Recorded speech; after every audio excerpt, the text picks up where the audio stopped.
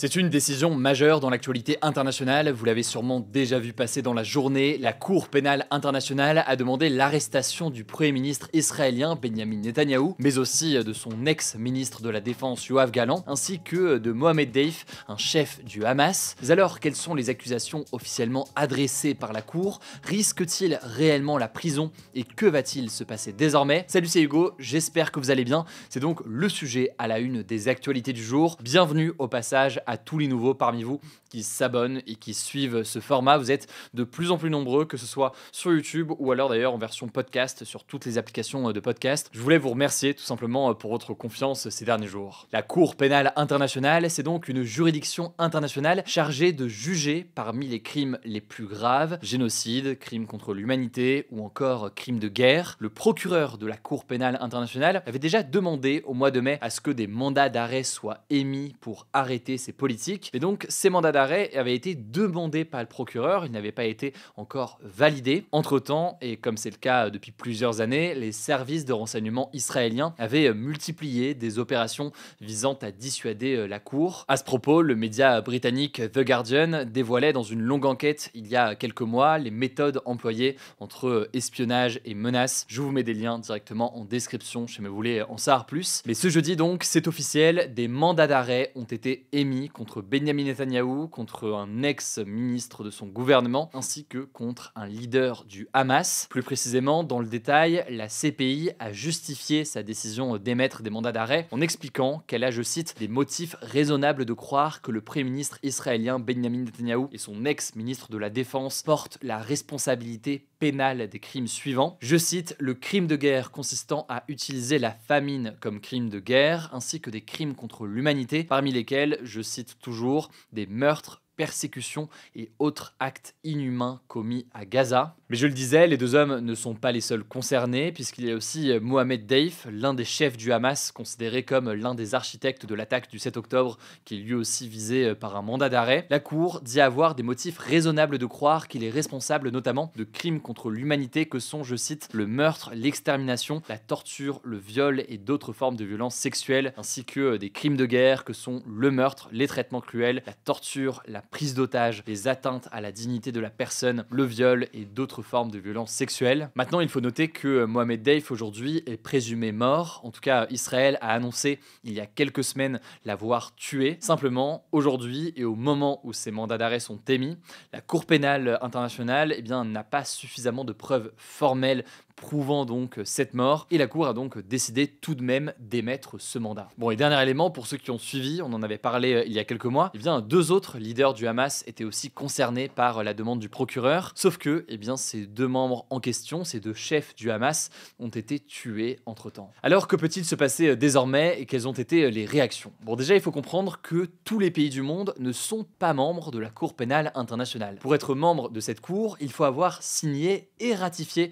un traité qui est nommé le statut de Rome, et c'est pas le cas d'Israël, c'est pas le cas non plus des États-Unis qui ont certes signé ce statut mais ils ne l'ont jamais ratifié. La France de son côté en fait partie, et c'est important à comprendre car en réalité Benjamin Netanyahou, Yoav Gallant ou encore Mohamed Deif, dans le cas où il est encore vivant, ne peuvent être arrêtés que s'ils se rendent dans un pays qui est membre de la Cour et qui irait donc appliquer avec ses propres forces de police telle ou telle arrestation. Or évidemment on peut imaginer qu'avec ce mandat d'arrêt désormais ils seront extrêmement vigilants à leur déplacement dans les prochaines années pour éviter de se retrouver dans des pays qui sont susceptibles de les arrêter. Et puis au passage, on peut noter que certains pays sont membres de la Cour pénale internationale, mais ils ne respectent pas toujours, ce qui est pourtant une obligation théorique d'arrêter des personnes qui sont visées par des mandats d'arrêt. Par exemple, Vladimir Poutine, il est lui aussi visé par un mandat d'arrêt de la Cour pénale internationale, mais on peut noter, et on en avait fait d'ailleurs une de nos actus du jour il y a quelques mois, que la Mongolie, qui est soucieuse de conserver des bonnes relations avec la Russie, avait accueilli en grande pompe Vladimir Poutine il y a quelques semaines. Il n'y avait aucune volonté de leur part d'arrêter Vladimir Poutine. En tout cas, l'Union européenne, mais aussi certains pays comme la Jordanie, ont annoncé qu'ils appliqueraient le mandat d'arrêt en cas d'entrée sur leur territoire. Mais il y a tout de même des éléments qui restent à préciser dans les prochaines heures. Ça vient de tomber. On peut noter par exemple que le porte-parole du ministère des Affaires étrangères, Christophe Lemoine, a déclaré lors d'une conférence de presse cet après-midi, je cite, « La lutte contre l'impunité est notre priorité. Nous avons ratifié le statut de la CPI en 2000 et nous avons toujours toujours soutenu les actions de la Cour. Notre réponse sera conforme à ces principes. Mais sur la question d'une arrestation de Benyamin Netanyahou s'il se rend sur le territoire français par exemple, eh bien il a déclaré que les mandats d'arrêt c'était, je cite, une question juridique complexe, une situation qui nécessite beaucoup de précautions juridiques. Alors ça ne veut pas dire que la France n'irait pas appliquer ce mandat d'arrêt, mais tout de même, vous l'aurez compris donc, il y aura visiblement des choses à préciser dans les prochaines heures ou les prochaines semaines. Plus largement, les réactions ont été nombreuses. Côté israélien, Benyamin Netanyahou a jugé que la Cour pénale internationale est, je cite, antisémite, réfutant les accusations donc de la Cour. Il a par ailleurs comparé les mandats d'arrêt qu'elle a émis à un nouveau procès Dreyfus. Il fait donc ici référence au scandale politique qui a éclaté en France à la fin du 19e siècle. Une époque donc où Alfred Dreyfus, un officier juif, avait été faussement accusé de trahison pour avoir espionné au profit de l'Allemagne. Il avait été envoyé au bagne avant d'être innocenté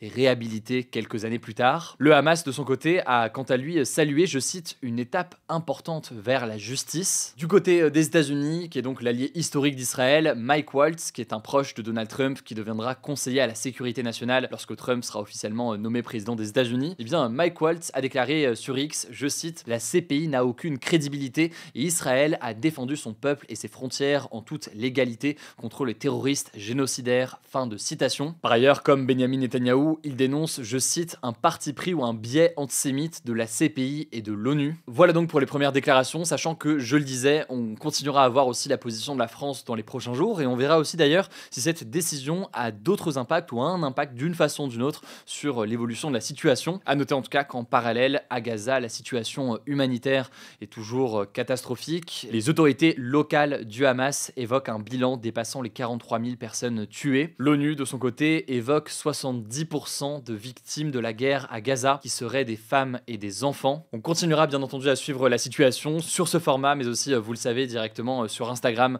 pour l'actualité au quotidien. Je vous laisse avec Samy pour les actualités en bref, et je reviens juste après avec un flashback du jour, un flashback plus léger, vous allez le voir. Je reviens du coup juste après. Merci Hugo et bonjour à tous, on commence avec cette actu. En France, 54 départements ont été placés en vigilance orange, neige, verglas et ou vent ce jeudi suite au passage de la tempête Caetano, à l'heure où je tourne ces actus du jour. À 14h, plus de 170 000 foyers étaient privés d'électricité à cause de la tempête selon Enedis, et les régions les plus touchées sont les Pays de la Loire, la Normandie, la Bretagne et le Poitou-Charentes. À cause des chutes de neige, le plan neige-verglas a été déclenché dans certaines régions comme en Île-de-France. La vitesse sur les routes des départements concernés a donc été abaissée de 20 km/h. Le trafic aérien est aussi fortement impacté par les intempéries et les compagnies aériennes ont été appelées à annuler 10% de leurs vols à l'aéroport Paris-Charles de Gaulle. Des vents violents ont également été recensés dans plusieurs départements et notamment sur les côtes bretonnes. Troisième actu, le Parlement a définitivement approuvé la réforme du financement de l'audiovisuel public ce mercredi, près d'un mois après le vote du Sénat. Concrètement, cette loi concerne le financement de Radio France, Arte France, France Télévisions, France Média Monde, TV5 Monde et de l'INA. Depuis 2 ans, ces établissements sont principalement financés par une partie fixe de la TVA, une taxe que les consommateurs paient quand ils achètent des biens ou des services. Ce dispositif de financement devait s'arrêter le 31 décembre prochain, mais il sera donc prolongé grâce à l'adoption de cette loi. Ce vote était très attendu car sans cette loi, l'audiovisuel public risquait d'être financé directement par le budget de l'État, ce qui aurait pu compromettre l'indépendance de ces établissements. Quatrième actu, l'humoriste Pierre Palmade a été condamné à 5 ans de prison, dont 2 fermes ce mercredi au tribunal correctionnel de Melun en Seine-et-Marne. On en parlait ce mercredi, il était jugé pour blessure involontaire aggravée à la suite de son accident de la route sous l'emprise de drogue en février 2023. L'accident avait fait 3 blessés graves, dont une femme enceinte de 6 mois qui a perdu son bébé suite à l'accident. A noter que le tribunal a assorti sa peine d'un mandat de dépôt différé avec exécution provisoire. Concrètement, ça veut dire que même s'il décidait de faire appel, Pierre Palmade va devoir aller en prison dans l'attente d'un éventuel second procès. Cinquième actu, en Haïti, un pays situé dans les Caraïbes, au moins 150 personnes sont mortes en une semaine dans la capitale Port-au-Prince selon l'ONU. Ce nouveau bilan porte le nombre de morts à 4544 en Haïti depuis le début de l'année. Toujours d'après l'ONU, 92 personnes ont été blessées et environ 20 000 personnes ont dû fuir leur domicile au cours de la semaine du 11 novembre. Au total, c'est environ 700 000 personnes dont la moitié sont des enfants qui sont déplacés à l'intérieur du pays. En fait, Haïti est considéré comme l'un des pays les plus pauvres du monde et connaît une grave crise depuis plusieurs années, ce qui avait notamment mené à l'assassinat du président Jovenel Moïse en 2021. Pour vous donner une idée, la capitale est par exemple contrôlée à 80% par des gangs qui s'en prennent régulièrement aux civils. Le 11 novembre dernier, un nouveau premier ministre, Alix Didier Fils-Aimé, a été nommé et il a promis, je cite, de rétablir la sécurité dans le pays. Sixième actu, 25 pays se sont engagés à ne plus jamais ouvrir de centrales à charbon. C'est ce qu'ils ont annoncé ce mercredi lors de la COP29, la conférence sur le climat de l'ONU qui se déroule actuellement à Bakou en Azerbaïdjan. Parmi les signataires, on retrouve notamment le Royaume-Uni, le Canada, l'Allemagne, l'Australie et la France, mais pas la Chine, l'Inde et les États-Unis par exemple. Concrètement, cet engagement n'oblige pas les 25 pays à renoncer à l'extraction ou à l'exportation de charbon, mais ils se sont engagés à ce que leur prochain plan climatique ne comprenne aucune nouvelle centrale au charbon sans captage de CO2, donc sans technologie capable de capturer le CO2 qui est émis, les émissions de CO2 étant responsables du réchauffement climatique. Et à noter que lorsque le charbon est brûlé, il rejette plus de CO2 dans l'atmosphère que le pétrole et le gaz. Et on finit avec cette actu rapidement, le youtubeur Inoxtag a publié son propre manga ce jeudi, 3 mois après avoir dévoilé son documentaire Kaizen qui retrace son ascension de l'Everest. Son manga s'appelle Instinct et il raconte l'histoire d'un jeune homme ayant le pouvoir de percevoir l'aura et les intentions des personnes qui l'entourent. Il a été créé en collaboration avec Basil Mono, le réalisateur de Kaizen, et le dessinateur Charles Copin. Inoxtag a déclaré auprès de l'AFP qu'il rêve de voir un jour son manga adapté en série d'animation. Merci beaucoup Samy. Alors le petit flashback aujourd'hui, un petit moment de nostalgie pour vous. Il y a 20 ans, le 21 novembre 2004, la console Nintendo DS sortait aux États-Unis. En France, elle est sortie en mars 2005. Elle a été vendue à plus de 154 millions d'exemplaires, toutes versions confondues. La DS, DS Lite, la DS, la 3D, la 3DS pardon, qui était sortie aussi à l'époque. C'est toujours la deuxième console la plus vendue de tous les temps, derrière la PS2. Voilà, petit moment nostalgie en tout cas à minima pour moi. Voilà en tout cas pour l'actualité aujourd'hui. Rendez-vous sur Instagram ou alors en podcast audio pour plus d'actualités. Si vous avez des questions, n'hésitez pas à les mettre directement dans les commentaires. Je prendrai le temps d'y répondre dans les prochains jours. Prenez soin de vous, prenez soin de vos proches et puis je vous dis à demain pour une nouvelle vidéo.